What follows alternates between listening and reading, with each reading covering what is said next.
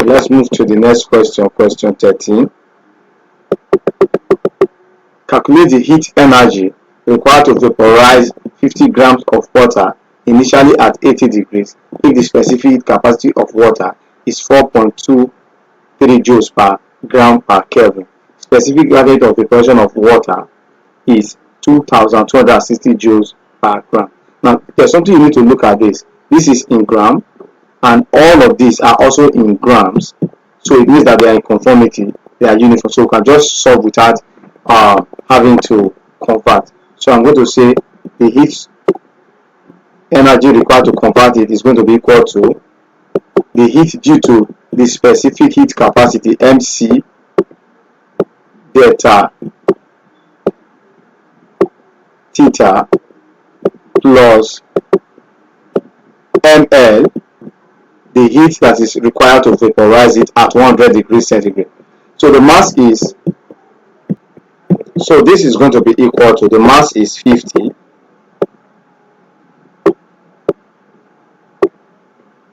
times the heat capacity 4.23 times the temperature change. The temperature is going to change from 80 degrees to 100 degrees because that is where the water will vaporize. So 100 minus 80 is going to be equal to 20 plus the mass 50 times 2260.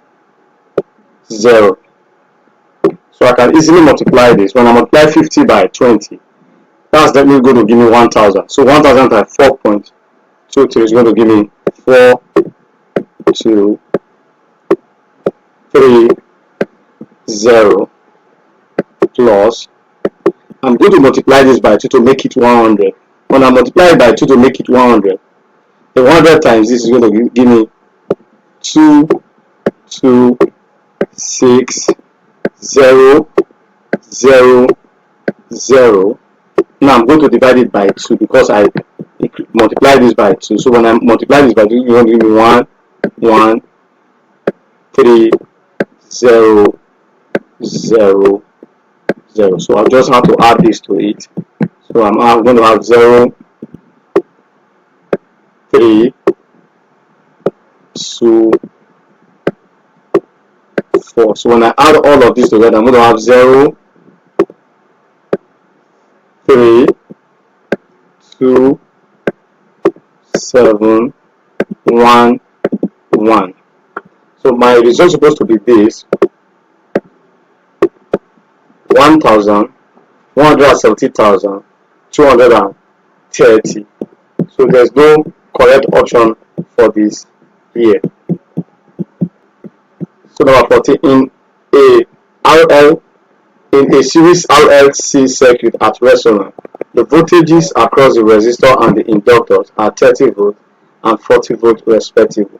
What is the voltage across the capacitor? In series RLC circuit at resonance, the voltage across the inductor VL is equal to the voltage across the capacitor. In fact, the circuit voltage VRMS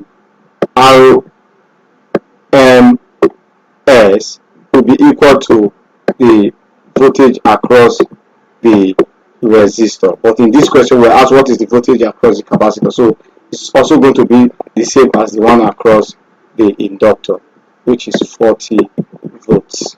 Question 15. If the frequency of an emitted X-ray is 1.6 times 10 to the 16 Hz, the accelerating potential is, so we are given the constant A is equal to 1.6 times 10 to the minus 19 joules, H is equal to 6.63 times 10 to the minus 34 joules. So if an X-ray is emitted, it emits a photon E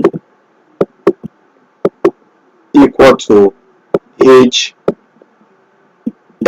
H is the Planck constant, f is the frequency. So that's going to be equal to, now let's see, the options are given in electron volts. in voltage. So since they are given in voltage, we are going to divide that by 1 electron volt. So I'm going to have 6.63 times 10 raised to power minus 34. That's for the Planck constant H, times the frequency 1.6 times 10 raised to power 16 divided by 1.6 times 10 raised to power minus 19. Now for me, you can see that this will cancel out this. We are left with 6.63 times 10 raised to power. Now let's look at this. This is minus 34. Minus 34 plus remove 16 from minus 34. I just have to do normal addition. Minus 34 plus 16 is going to give me minus 18. And minus 18, when this minus 19 that is down goes up, it becomes plus. So I have 19 minus 18, that is 1. So that's 10 raised to power 1. So when I multiply 6.63 times 10, that's going to give me 66.3. So this is the correct option here. See, now you see the way I did that without even trying to use calculator. And you know that the calculators that are provided by JAMB, they don't have or exponential functions. So you can work this out. You can use calculator to do the normal figure calculation, but the powers, you just add them and subtract them together normally, like as I've just done here. Okay, before we move on, I know that you are having a wonderful time going through this video. Please do not forget to like, share, and click the bell button so that you can get notifications from us each time we post exciting videos like this. We also want to see your comments in the comment section on what you think we should do to improve on our videos. Okay, let's continue with the next question. 16. If the fraction of the atoms of a radioactive material left after 120 years is 164, what is the half-life of the material? There are many ways you can approach this question, but I think the easiest way you can go, I'll just give you a formula that you use. You have 1 over 64, that is the fraction that is left, is equal to 1 over 2 raised to power t. T is the number of years, and capital letter T is the half-life. So each time you are given a fraction that is left, just equate it to this formula here. By doing that, you easily get your answer. Now you can see that I can express 164 in terms of powers of 2. So this is going to be 1 over 2 raised to the power of 6 is equal to 1 over 2 raised to the power of t is 120 years. Okay, let me just continue that. I'll substitute at the end 1 over t. So for me, you can see that this will cancel out this. We are left with 6 is equal to t over t. For me, you can see that t is equal to, small t is 120. 120 divided by 6, that is equal to 20 years. So the correct option is option B. There are other ways you can go about this. You can go about this by dividing through a fraction. You start with 1, you start to divide through by 2, divide 1 by 2, that's going to give me 1 over 2. So that will be for the first half-life. So you record that down. That is going to be 1. Then you go to the next one. 1 over 2 divided by 2. That's going to be 1 over 4. Continue that way until you get to 1 over 6. I have 1 over 4 divided by 2 is going to be 1 over 8. Next, when I divide again, I'm going to have 1 over 16. When I divide that again, I'm going to have 1 over 32. When I divide it, I will have 1 over 64. So you count how many times you did that. 1, 2, 3, 4, 5, 6. It's 6 times. So I'll just divide 120 by 6, which is still going to give me what? 20. So whether each other way you want to do it, you arrive at the same one answer.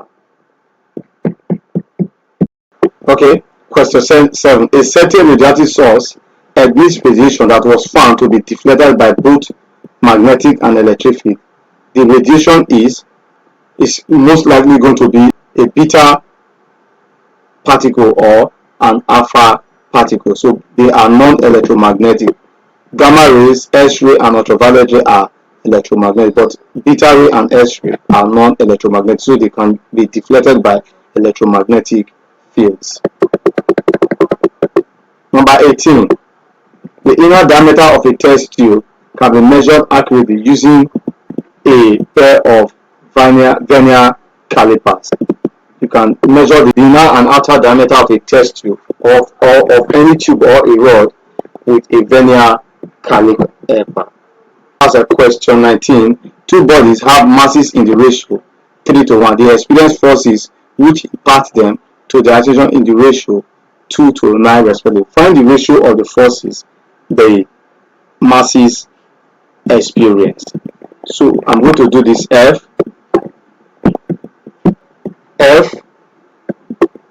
is equal to MA.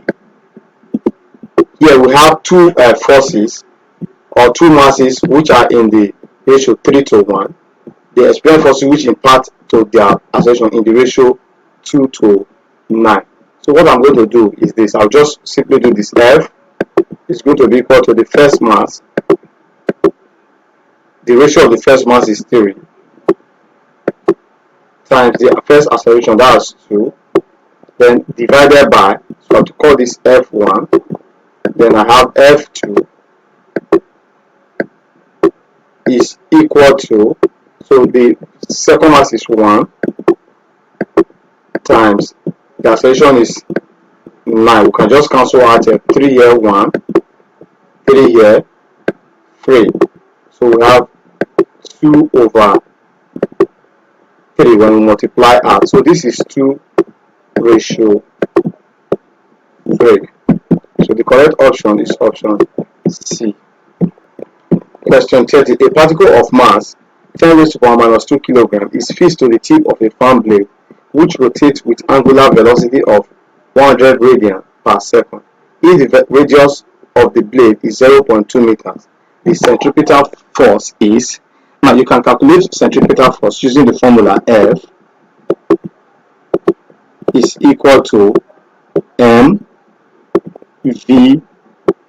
squared over r, or F is equal to m omega squared r, given omega is angular velocity. So we're not given the linear velocity. We are not going to use this.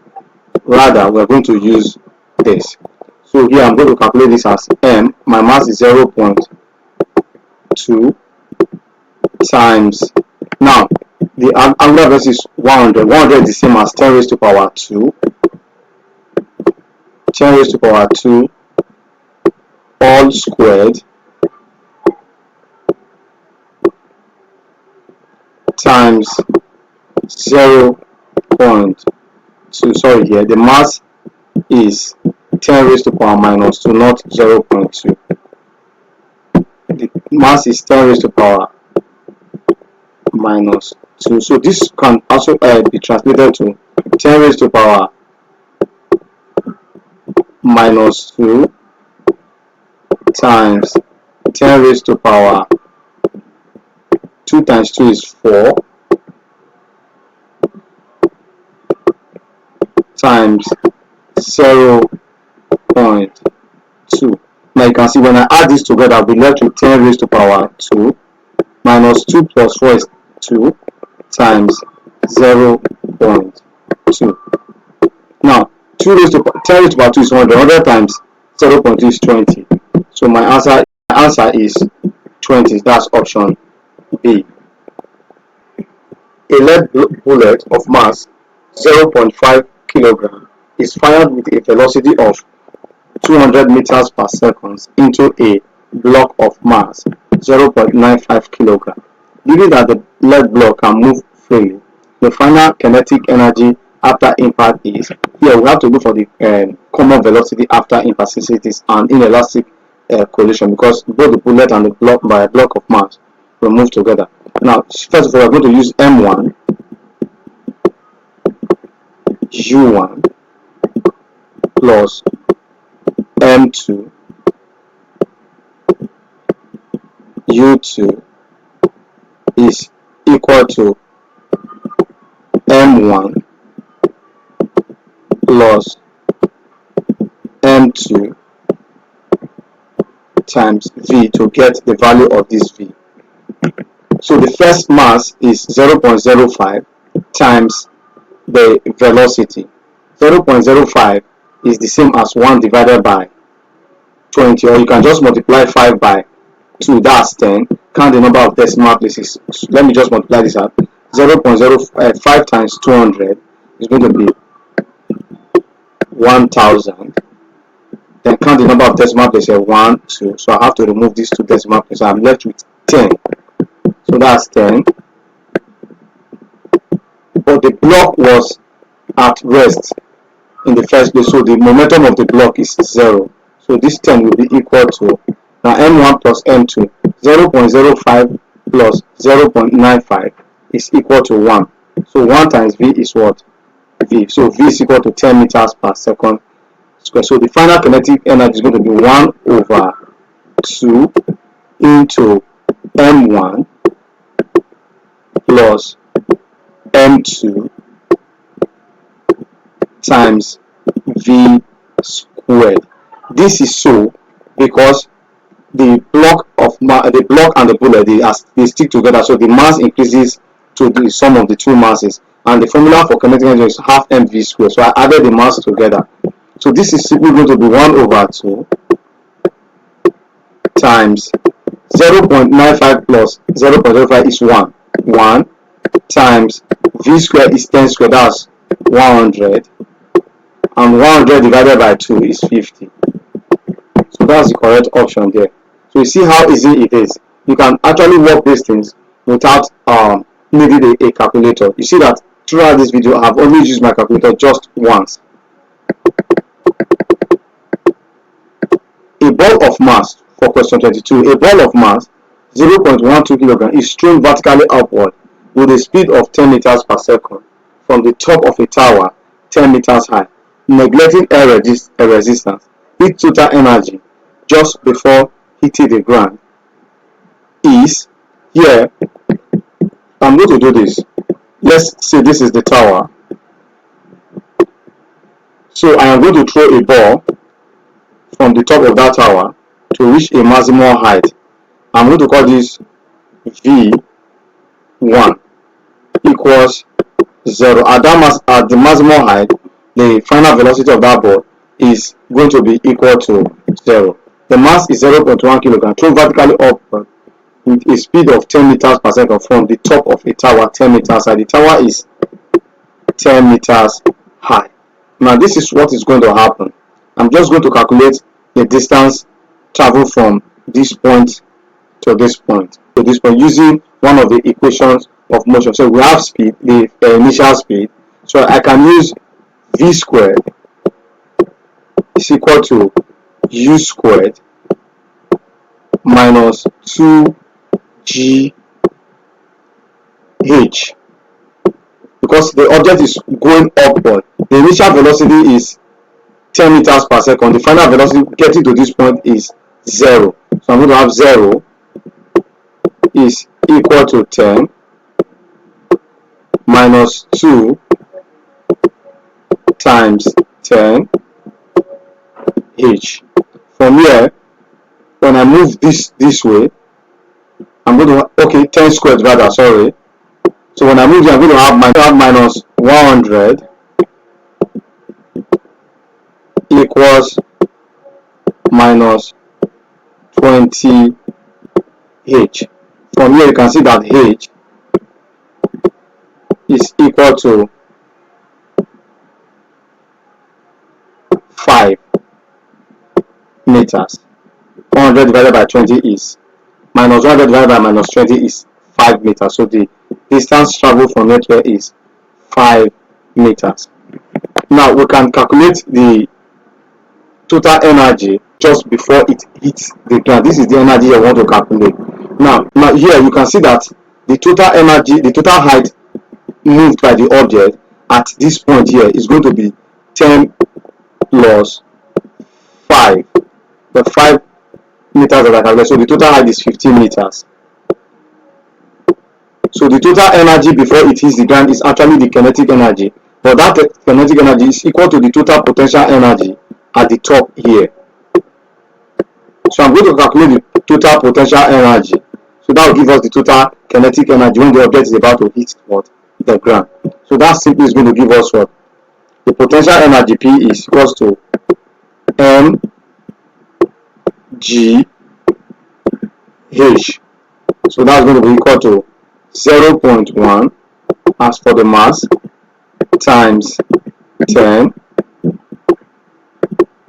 times 15, which is the total maximum height. So if you work this out, so that's going to give us what?